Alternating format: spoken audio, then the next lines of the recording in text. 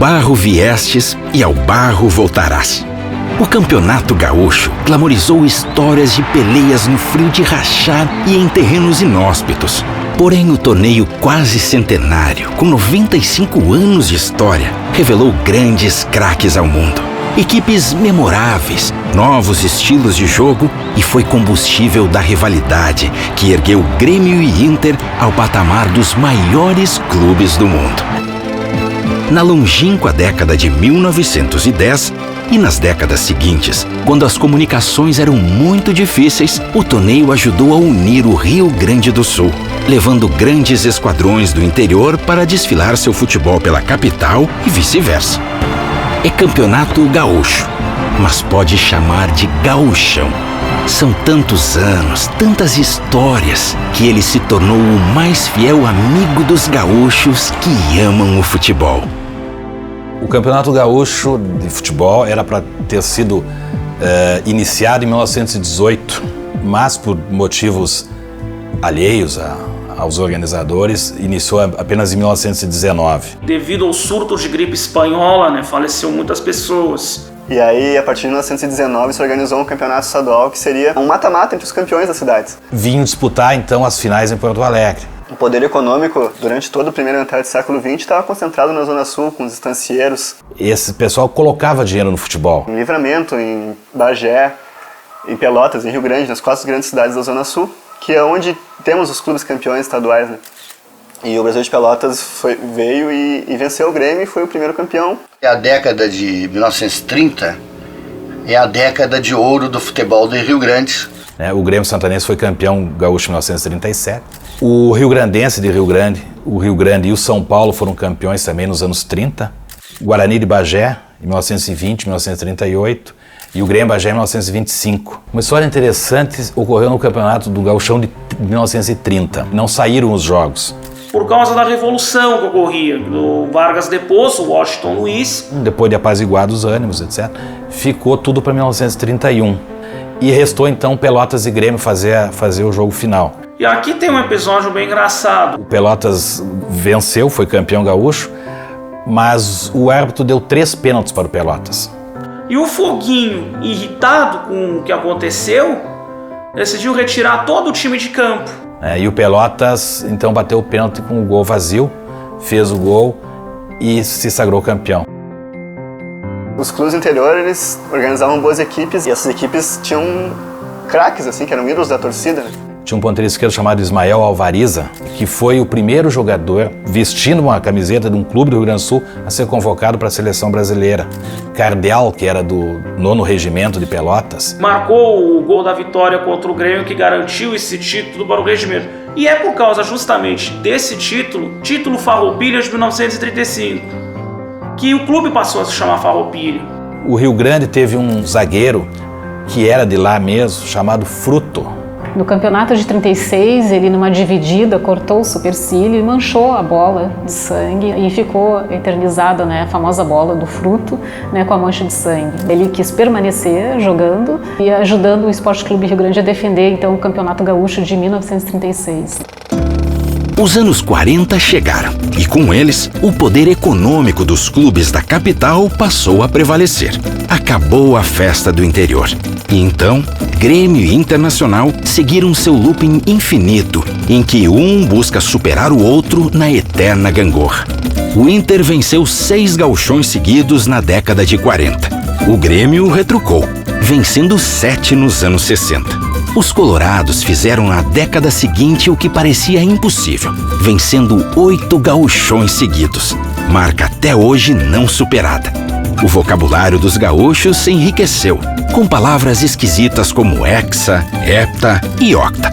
Tudo começou com um time vermelho, que amassava os adversários com um rolo compressor. Ivo, Alfeu e Nena, Viana, Ávila e Abigail. Tesourinha, Rocinho, Vilalba, Rui e Carlitos. O grande inovador do futebol gaúcho foi o Internacional, com o rolo compressor e com o time dos anos 50 do Teté. Tesourinha, obviamente, era o grande craque do time, né? Jogava o Grêmio, jogava o Força e Luz, jogava o Cruzeiro, Nacional, São José. O rolo compressor foi um futebol muito competitivo, embora tenha ficado da história pela arte. Era um futebol capaz de ocupar o campo inteiro e usar a velocidade com a técnica. O último campeão gaúcho foi em 1939 do interior, o Rio Grandense e Rio Grande, e a partir dali só deu dupla Grenal e o Renner em 1954. E vencendo nas oportunidades o Grêmio Internacional e vencendo muito bem. O time do Renner era uma máquina, foi campeão invicto. E era um time muito bem montado, né? Com jogadores excelentes.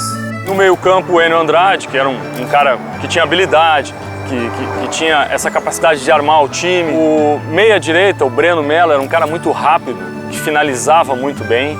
E é o cara que conseguiu transcender o futebol e fazer arte no cinema. Protagonista de um papel no cinema do filme Orfeu Negro.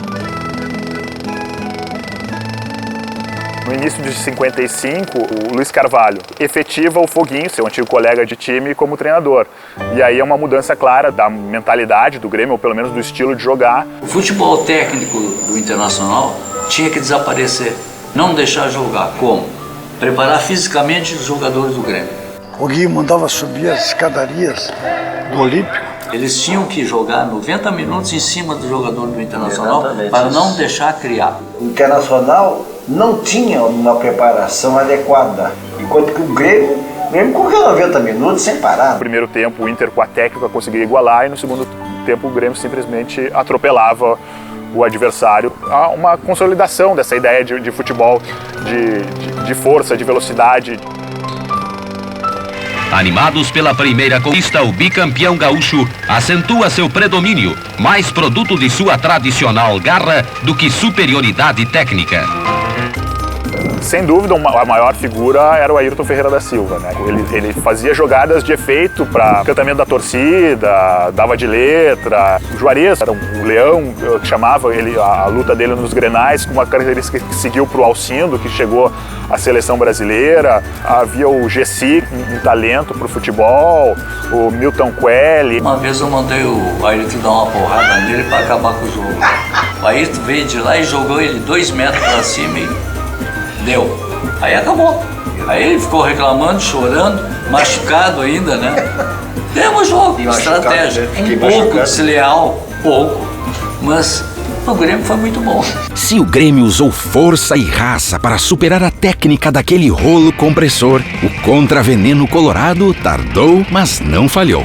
O Internacional buscou, nos anos 70, o que hoje a gente definiria como a síntese da força, técnica e da velocidade. Foi inaugurado o Beira-Rio e aí nós começamos a ganhar título. O ataque era eu e o Cláudio Miro, e o Dorinho jogava, depois já veio o Falcão, já veio o Paulo César Pejani, veio o Lula, veio o Figueroa, veio o Dario, veio o Flávio. Jogadores que eram menos brilhantes do que efetivos, do que produtivos, né? O caso mais evidente aí é o do Figueroa, que era um jogador espetacular, mas um jogador também, como ele mesmo dizia, ele era dono da área. Eu e o Palinha do Cruzeiro, nós levamos de cotovelada do Figueroa, tá? Porque ele era muito esperto, ele não dava cotovelada puxando o braço na tua cara, ele levantava o cotovelo, tu chegava para olhar onde tá a bola, botava a cara atrás dele, ele tum.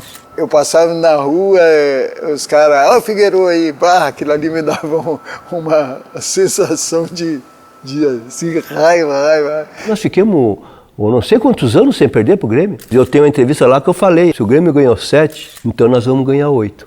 E tem essa frase do Tarcísio, eu não aguento mais perder pro Inter. Mas eu vou dizer, pô, já não aguento mais perder pro Internacional, não aguento mesmo. A tristeza era tão grande que eu não conseguia vencer. Eu olhei pra cima e falei... O Tarcísio não deu, né?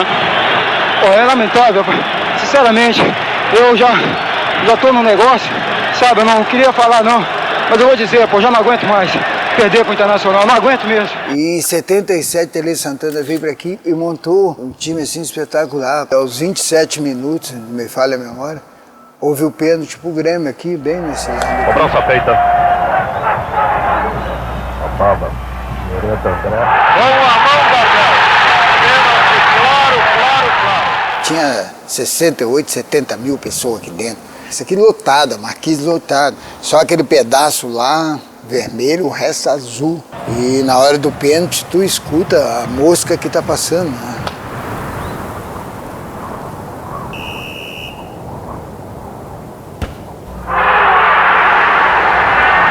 Sem comentários. E eu já tinha batido 20 pênaltis. Tinha feito os 20. Podia ter errado os 20 e aquele não. O André Catimba foi lá e me pegou e falou, não, tranquilo, vamos lá que eu vou fazer o gol, nós vamos ser campeão. E 7, 8 minutos depois, na entrada ali da área, ele bate com o pé trocado. Estava para André, atenção, entrou na área.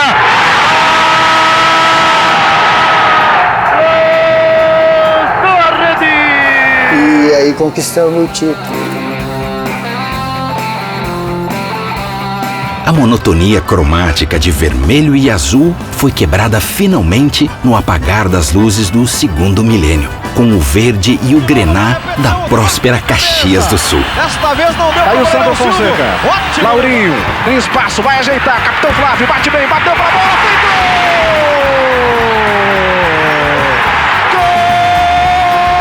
Gol! Autorizado, foi Ivair pra bola, bomba!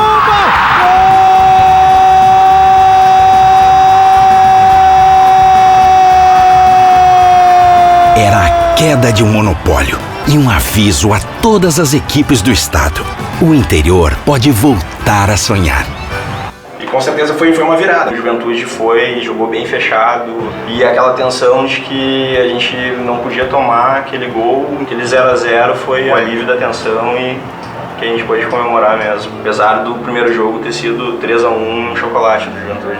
Caramba, a marcação do Lúcio, cruzamento para a área, vai subir o jogador do Juventude, Laurinho pode marcar, tirou, tem gol! E logo depois, essa rivalidade normalmente acabou puxando o Caxias para cima também, querer responder logo e que conseguiu, né? Em 2000. Vem de novo o Caxias com o Jajá, levantamento!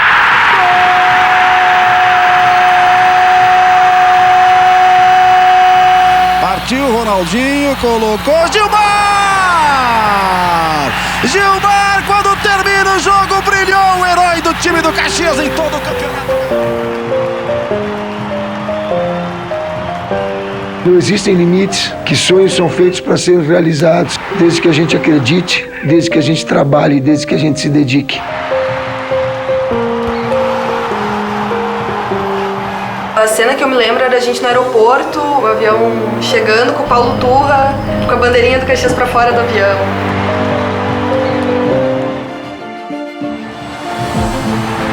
Campeonato Gaúcho de Futebol. 95 anos de causos, mitos, embates renhidos. Gauchão, de times imbatíveis, de gols memoráveis. Uma história que segue sendo escrita no campo e nas arquibancadas, fazendo a cada ano mais encantadora essa eterna peleia gaúcha.